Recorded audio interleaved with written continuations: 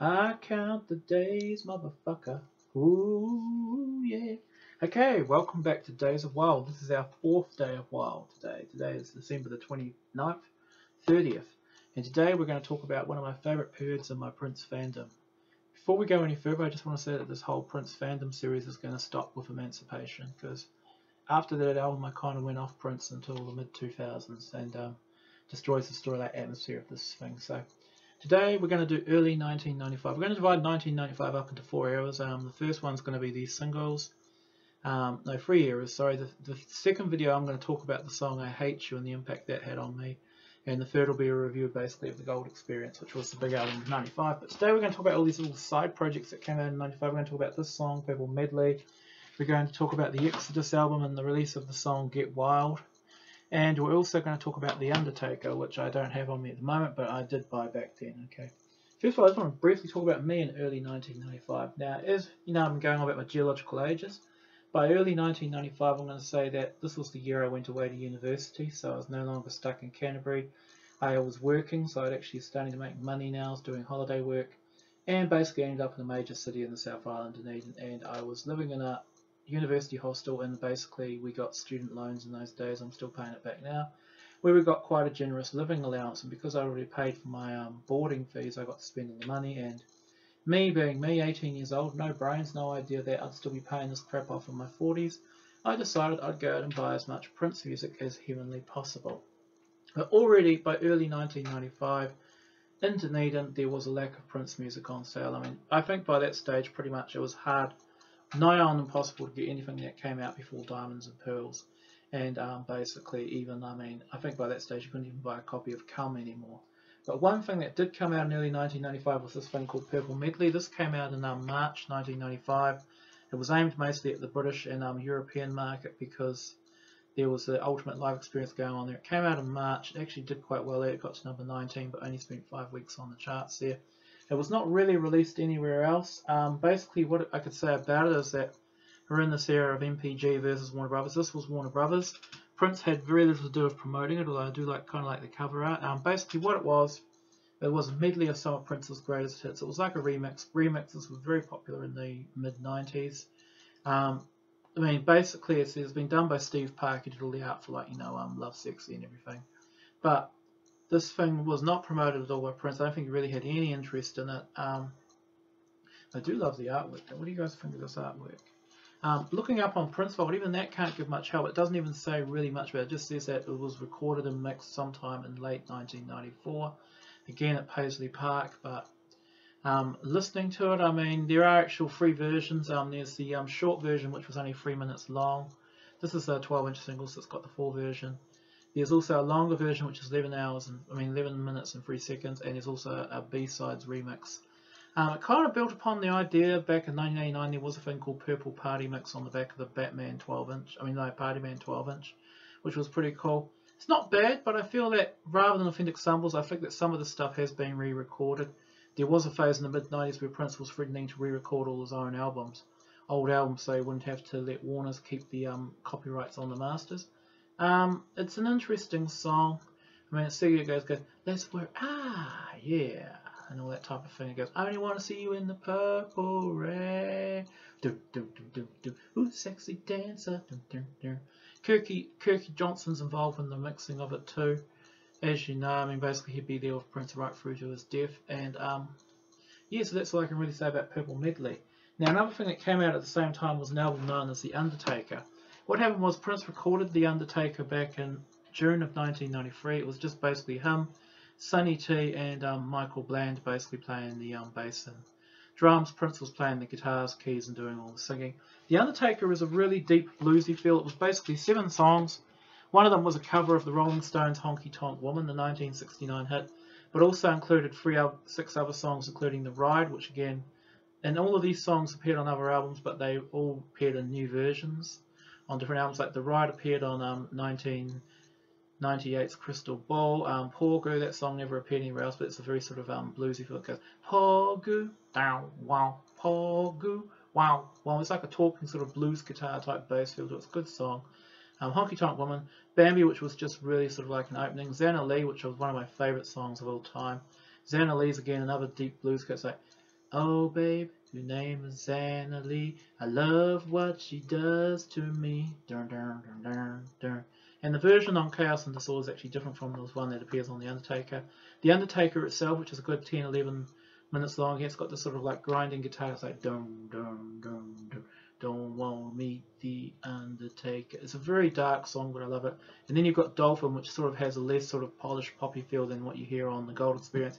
It's sort of more like, sort of more guitar theatrics.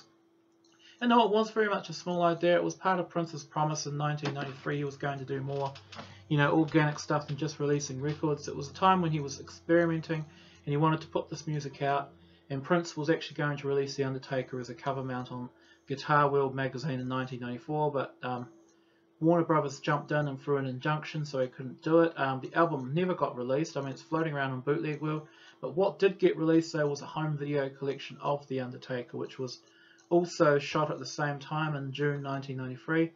In addition to the songs, which shows a live performance of Prince, Sony and Michael basically in the backroom studios of Paisley Park, there's a theme where Vanessa Marcel, an actress of the time, was trapped in the building and she was running around trying to find things. At the start she tries to use the phone and the security guard won't let her and all this stuff. And the only reason I'm even talking about The Undertaker is because I remember buying it in early 1995 and watching it and loving it.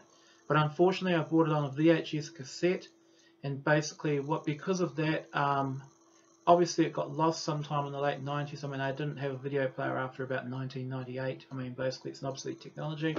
And I've pretty much all but forgotten what it's like, except now I've got a CD copy of it somewhere. But anyway, that's The Undertaker. I mean, it's pretty good, but it's not essential. It was just another idea. And finally, another thing about this period, early 1995, was...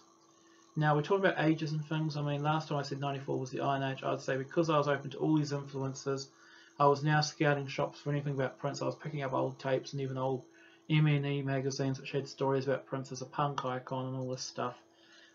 We're definitely moving to what I call the Roman era now, which is where you've got this cosmopolitan influences all coming in. This is a time of greater marketplace, I mean, my like of Prince is out there in the world. And yeah, I mean, basically, all the restrictions I'd had back in 91, 92 were now gone. I was completely adult. I had no restrictions anymore. This was complete Prince perestroika for me, basically. 1995 was a golden year. Basically, it was this time, early 1995, was pretty much I went out and bought every single album in the back catalogue except For You, which I only had the record of. Now, the records I showed you of For You and Prince, I bought those in early 1995. I think I bought basically Dirty Mind, Controversy, 1999, Around the World in a Day, Parade, Sign of the Times, the Black Album, Love Sexy, Batman, and a CD copy of Diamonds and Pearls, all at this time in early 1995. I added all these albums to my collection. I bought myself completely up to date, basically. This is later, but what I'm going to talk about this too is one other thing I did buy was around May of 1995. I noticed in the same shop there appeared to be a single of something called Get Wild, which caught my eye because I hadn't heard of Get Wild before that stage, and what I noticed was that the artwork on it suggested to me it could be related to Prince. And then what really gave it away in the top corner was I noticed it said NPG, New Power Generation, and it was only about $4. I remember it was a black single. I think it was imported from somewhere. I bought it, I put it on, and instantly, straight away without looking at the cover stick, I knew it was Prince. And I put two and two together. I realised that Prince had recorded this song under the pseudonym Toratora. So because Warner's were actively gagging all this music. They were trying to gag, they were stopping the Gold Experience from getting out. They tried to gag The Undertaker. And they weren't happy about The Most Beautiful Girl. And of course, what had they given us? The pretty anemic and dull Purple Medley. It was the only real Prince release that came out after Come. And I mean, this is May or June. And I mean, the Gold Experience was expected to come out, but Warner's kept dragging their feet. And basically, so this Get Wild thing came out, and I listened to it, I thought it was really funny. I mean, Get Wild, ah yeah, baby. When you're sick of that 9 to 5, come on, baby. And I knew straight away that's Prince singing. I mean, sung by Toratora. I was like, okay, who the fuck is Toratora? No, Toratora is Prince. Then I think I was watching TV and I saw an interview of him dressed in red with the veil over his face, and Mighty was sitting next to him, and he was like, this reporter was trying to ask him questions and he was giving really evasive answers. And at the same time, there was an NME magazine said, my name is Symbol and I've gone completely bonkers, was another thing about the time. It wasn't a kind time for Prince. Tomorrow what I'm going to do is I'm going to show you a real treat when I move into later 95 and discuss the I Hate You single. What I did at this time was I actually drew a fan book. It was quite childish. You guys will probably laugh your head off when I show you some pictures of it. But I actually cut out some of these articles from this MME magazine, which had this stuff, you know, and I put on the cover a history of the Sex Dwarf, which was one of the headlines they printed. By this stage, 1995, Prince was becoming a laughingstock because he was fighting with Warner's. He'd changed his name to a symbol, and now he had the word slave painted on his cheek, which looked ridiculous, really. I know he's trying to make a statement, you know. But still, this is a funny time. Anyway, what I didn't realise was that Get Wild came from an album called Exodus, which was by the New Power Generation. I'm not going to review it, but I'm even going to show you it. But basically, I won't review it because pretty much, even though Prince wrote most of the songs, he did it for basically Sonny T. These NPG albums were always favourites for other people. I mean, Gold Nigger was for Tony M before he left the group, but this is, I'll show you the artwork from this album because I know you guys will like it. As you can see, it shows all the members. Now, as you can see, there's Mighty. And, you know, as you can see that thing in the black veil there, you know, behind Michael Bland, you know, Dancing Girls, I think somewhere, it shows a picture of the mysterious Toratora, who is basically Prince. And here you see on the cover, you can see one of the figures in red. See this figure in red here? You see he's completely veiled. That's Toratora, otherwise known as Prince in disguise. I mean, if he was trying to disguise his input here, it was pretty poorly done. It's pretty damn easy to tell that this is just more Prince music, pretty much. But anyway, it's bloody good though, because I mean, why would all the members of the NPG make an album without Prince's input? You put it on, the very first song, Prince's vocals clearly singing. Yeah. Now here it is. Here's that famous picture of Toratora. He's blanked himself out, pretty much. But I mean, he's wearing all those symbol chains, whereas no other member of the group is. So what's that saying to you? Okay, so this part, fun part. And the other thing, I didn't buy it, but I saw it was something called the Versace Experience. And I knew it was of the similar era because it included the line and Versace got it going on with the gold dress. And the other thing I heard of too, I think it might have come out a bit later, maybe 95, 96, but Get Wild even inspired a perfume. There was actually a Get Wild cologne, which really made me laugh. But I mean, the song was very memorable. I mean, that line just, get wild, yeah, 1, 2, 3, get wild when you're sick. That 9 to 5. So anyway, that's early 95, and also too at the same time, I mean, this is just really my salad days period. This is like me 18 going on to 19 years. I mean, I showed you that photo, you know, where I had the Prince symbol guitar in my room and I was playing Prince all the time.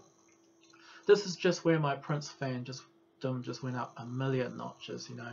I mean, I'd gone from barely having a few singles in the bad old Neolithic days of 1991 to this is like the whole Roman era of like just all the variety of goods and songs and experiences. Prince was talking a lot about experiences in 1995 and it was just great. So there you are. There's my 4th day of Wild. Thank you very much for watching the videos and I hope you guys are having fun. I'm having fun making them.